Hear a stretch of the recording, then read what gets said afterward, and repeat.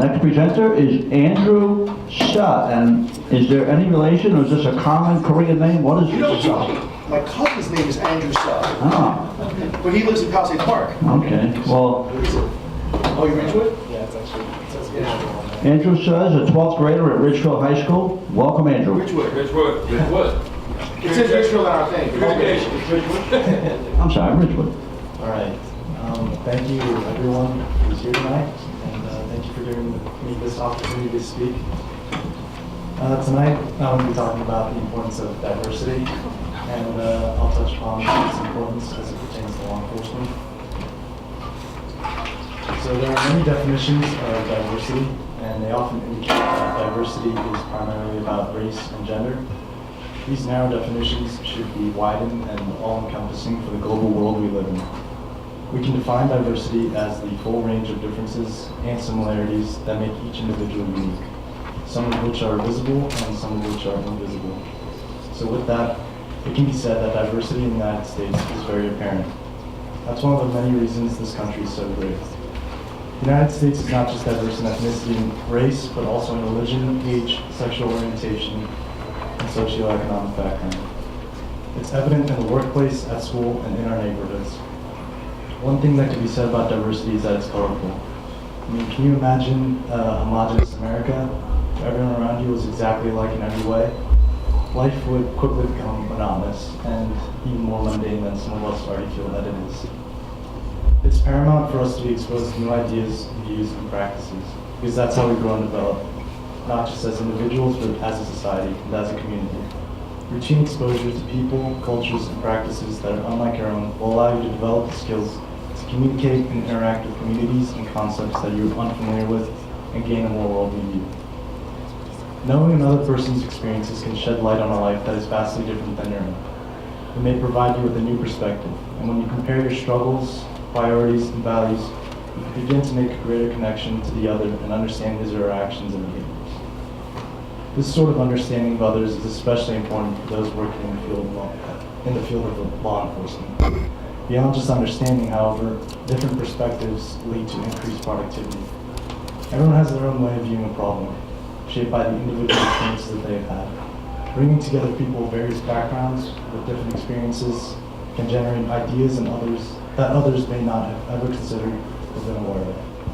It's obvious that it's better to have multiple interpretations and approaches to an issue rather than everyone contributing the same thoughts and conclusions. So why then is it especially important to have a diverse police force? Well, over the past several years, tragic events have unfolded, including officer-involved shootings and attacks on law enforcement officers. So in 2014, President Barack Obama created a task force to strengthen community police relationships, reduce crime, and advance public safety. One of the task force's key recommendations for building trust and legitimacy in community police relations was to ensure law enforcement agencies better reflect the diversity of the communities they serve. To put it another way, they concluded that a diverse police force is essential in building trust with its respective community. This finding is bolstered by decades of research confirming that when members of the public believe their law enforcement organizations represent them, understand them, and respond to them, it deepens trust in law enforcement. This trust is essential to diffusing tension, solving crimes, and creating a system in which residents view law enforcement as fair and just. This trust also enables officers to more effectively and safely perform their jobs. But despite these findings, law enforcement agencies are still not as diverse as they should be. Why is that? Well, as mentioned before, the task force said that law enforcement agencies reflect the diversity of the communities they serve. The United States is very diverse, yes, but I bet if we were to survey the friend groups of individuals, we'd find homogeneity within those groups. We should ask ourselves, do we accept people of different ethnicities, values, and views, or do we merely tolerate them? How diverse is your group of friends? If it's not, are you inclusive to the people that are different from you? Law enforcement reflects community, so I want to encourage everyone to expose yourself to new people who are different from you. You may find that you have more in common than you thought, or you may find that you cannot be more different. Either way, you'll be increasing your familiarity with these differences, which may alter your perspective, facilitate acceptance, and diminish misconceptions and prejudices that fuel discrimination and injustice.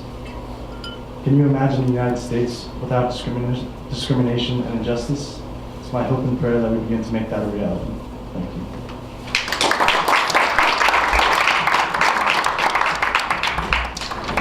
Great job, Andrew.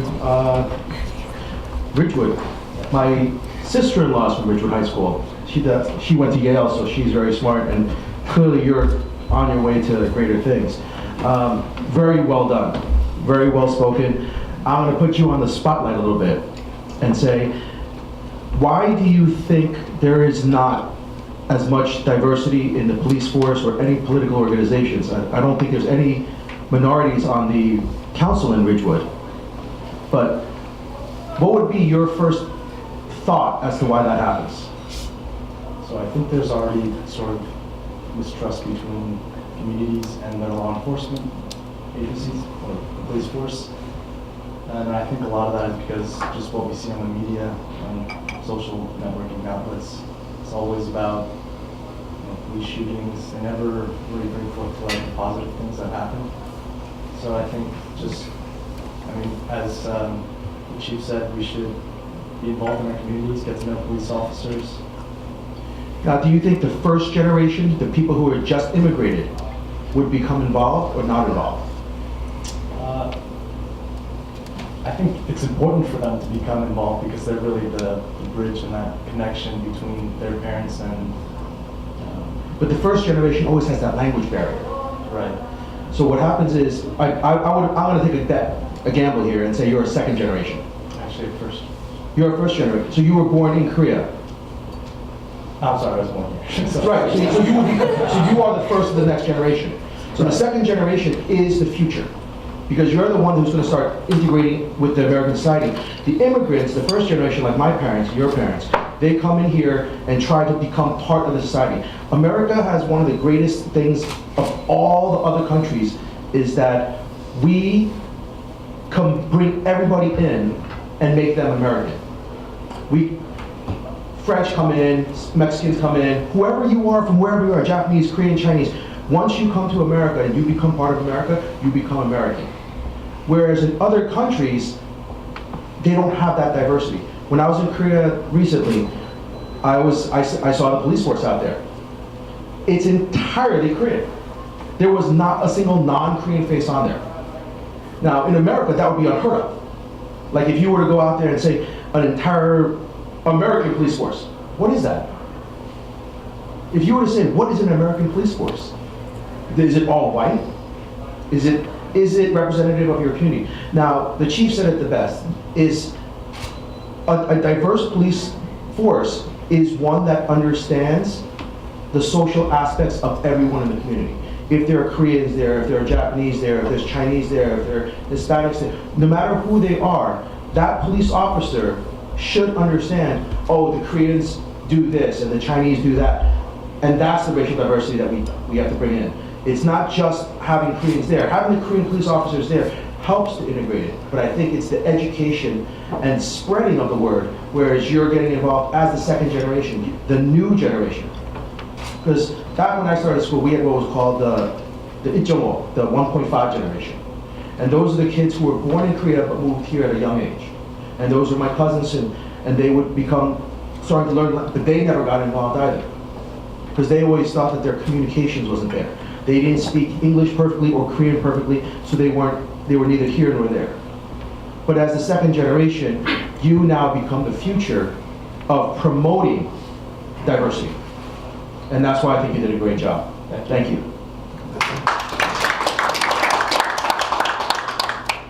Andrew, I don't know if you guys heard the challenge in his piece.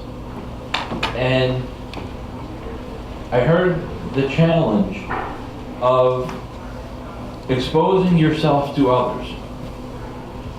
And I can tell you, when you go beyond your comfort level, you truly learn. You truly grow. Now, I can tell you myself, I had an experience not too long ago after some of the officer-involved shootings. The prosecutor reached out to a lot of the minority leadership and religious leaders. And a number of us went into a Baptist church in Hackensack. Not normally the place that you would see an Irish Caucasian person going, okay? But through going there, listening to them, okay? I just ran into the Reverend from there, Reverend Jackson, and you know what my comment to him when I saw him, as I saw in the new acting prosecutor the other day? How are you, my friend?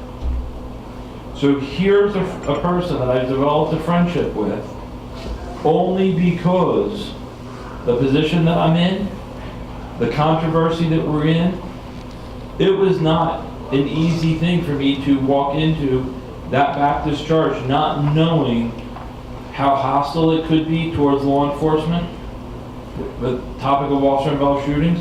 But I gotta tell you, it's probably one of the most tremendous personal growth moments I've had. So go beyond, like you said, you know, if you look at your Snapchat or your Instagram, what's the makeup of your circle of friends? Broaden your horizons. Learn culturally, learn more. And that's where you're gonna truly be able to bring more things to the table the more you grow. So excellent job. I have to say, excellent job, fantastic presentation. I can just echo with the last two guests have said, but I do want to say this, you really give me hope. It's all of you here. It's seeing students like you talking about a future, talking about change, talking about what needs to be done to succeed, gives us hope in our future. So I want to thank you for that personally. Thank you. Those are great people.